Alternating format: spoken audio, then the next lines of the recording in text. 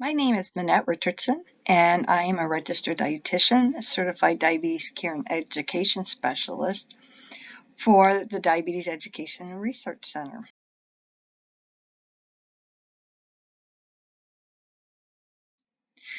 The objective today is to provide an overview of what diabetes and prediabetes are.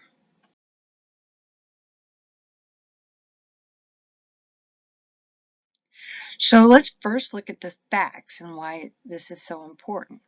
So if we look, 34.2 million Americans have diabetes. And the CDC projects that as many as 1 in 3 adults in the U.S. could have diabetes by 2050. Additionally, there's an estimated 88 million Americans who have prediabetes. So 9 out of 10 people with prediabetes don't even know that they have it. Without intervention, 15 to 30% of the people with prediabetes will develop type 2 diabetes within 5 years. So if you look at this iceberg, you can see that there is a major concern for preventing diabetes in the United States.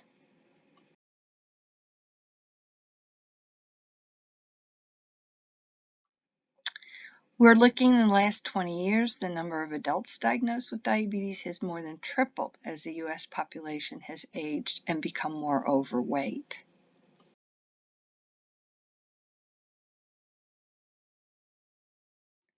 So what exactly is diabetes? Well, diabetes is too much sugar in the blood. People with diabetes produce too little insulin and are resistant to the effects of insulin. In other words, they don't use it properly, or they can't use it properly. It's a lifelong or chronic condition. So what we try and do is we try to maintain and keep the blood sugars in control.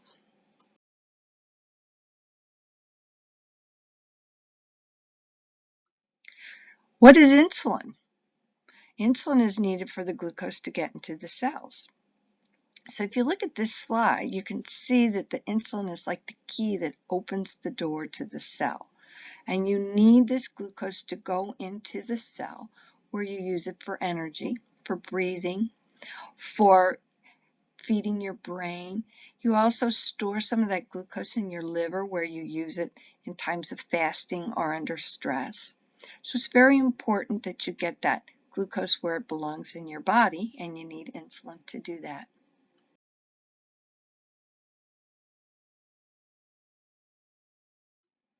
So let's look at this link for present of a little bit about the insulin. When you eat, your body breaks down food into sugar. Sugar is used as a source of energy by your body. Sugar travels through the bloodstream to reach all the cells in your body. Sensing that you have eaten, your pancreas releases insulin. Insulin takes the sugar from the blood into your body's cells to be used for energy. This energy supports all of your body's functions needed to stay alive.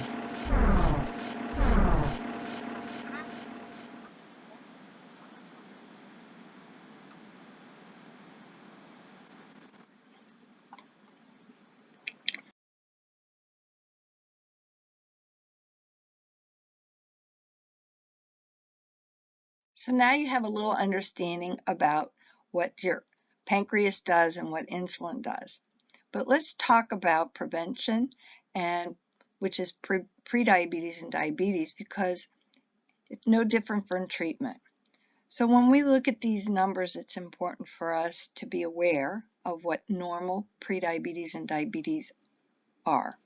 So if you look at the green, the most important we'll talk about is the fasting plasma glucose. So when you go to the lab and you have your lab work done, what they're looking at is whether or not your fasting blood sugars are below 100. And if they're below 100, then you're in the normal range. If you take an oral glucose test, they're looking at less than 140. That's where you drink some glucose and then they check your blood. And then there's the A1C, which is the average of your blood sugars for 3 months. They'd like to see it below 5.6. Whereas prediabetes, which is in the orange range, will basically talk about the fasting blood sugars should be between 100 and 125, which means that you're in that 88 million population that we're concerned about, or your A1C is between 5.7 and 6.4. When we get to the red numbers, that means your fasting plasma blood sugar, your fasting blood sugars were 126 or above, or your A1C was over 6.5. So those are the numbers that we're very alarmed by, just like the red.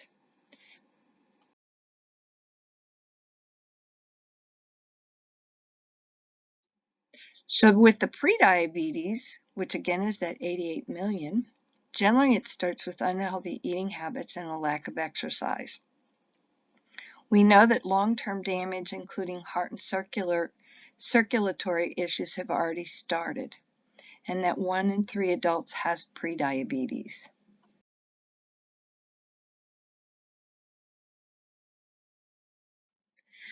There's also a type of diabetes called type 1. This is the 5% population of people who have diabetes. Generally, it's in the younger age group. The pancreas does not make any insulin. Generally, it's an autoimmune disease. It's often followed by somebody having a virus or something that has triggered that autoimmune disease situation and destroyed the pancreas, the ability to make insulin. So again, that's a smaller population. It's generally something that is an autoimmune disease is generally inherited, a genetic.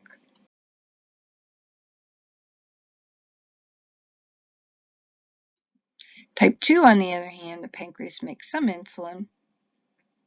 The cells can be resistant to insulin, in other words, not use it properly, or the liver makes too much sugar or releases too much sugar into the blood and isn't able to get rid of it.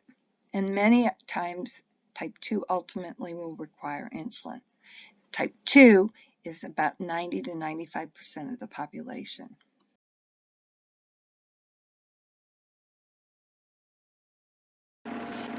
So let's look at When what people happens have with diabetes, their body does not make any or enough insulin. Without insulin, your body can't use food properly. That is, sugar cannot enter your cells and be used for energy. As a result, sugar builds up in the blood. Often the pancreas makes some insulin, but the body cannot use it well. This is called insulin resistance. If your body cannot use insulin, sugar cannot enter your cells and be used for energy. Again, sugar builds up in your blood. To help the sugar enter the cells, the pancreas tries to make more insulin. For some reason, as if the pancreas gets tired, insulin production eventually slows down. Most people with type 2 diabetes have insulin resistance and defective insulin secretion. That is, their body cannot properly use the insulin it makes, and their body does not make enough insulin.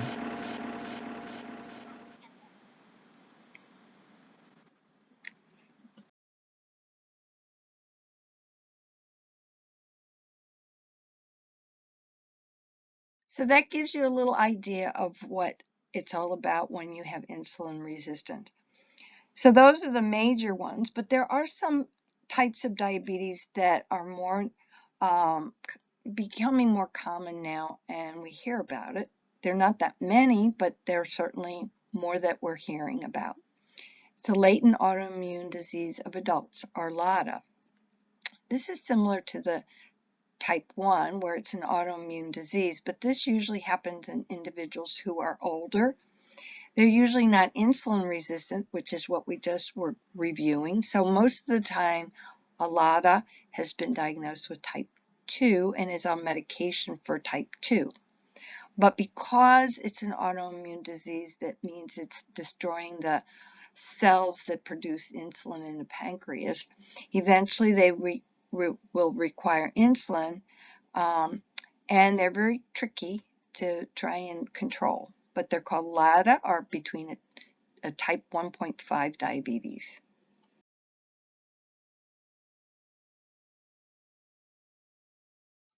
And then lastly, we have the gestational diabetes. Develops during pregnancy, developed at 24 to 28 weeks of gestation. This type of diabetes, though, increases the risk for type 2 diabetes later on. So generally, a woman who's had gestational diabetes needs to maintain lifestyle changes because eventually, maybe 11 years after they've had their last baby, if they don't, they're at much greater risk for having type 2 diabetes. And also, if your mom or a mom had type 2 diabetes and was not in good control as the baby, you're at greater risk as an adult for getting type 2 diabetes. So I hope this has been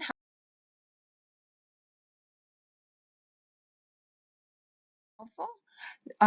Consider making a donation to honor someone you love or remember you've lost. Your tax-deductible donation makes a difference. You may make a contribution in several ways, so you can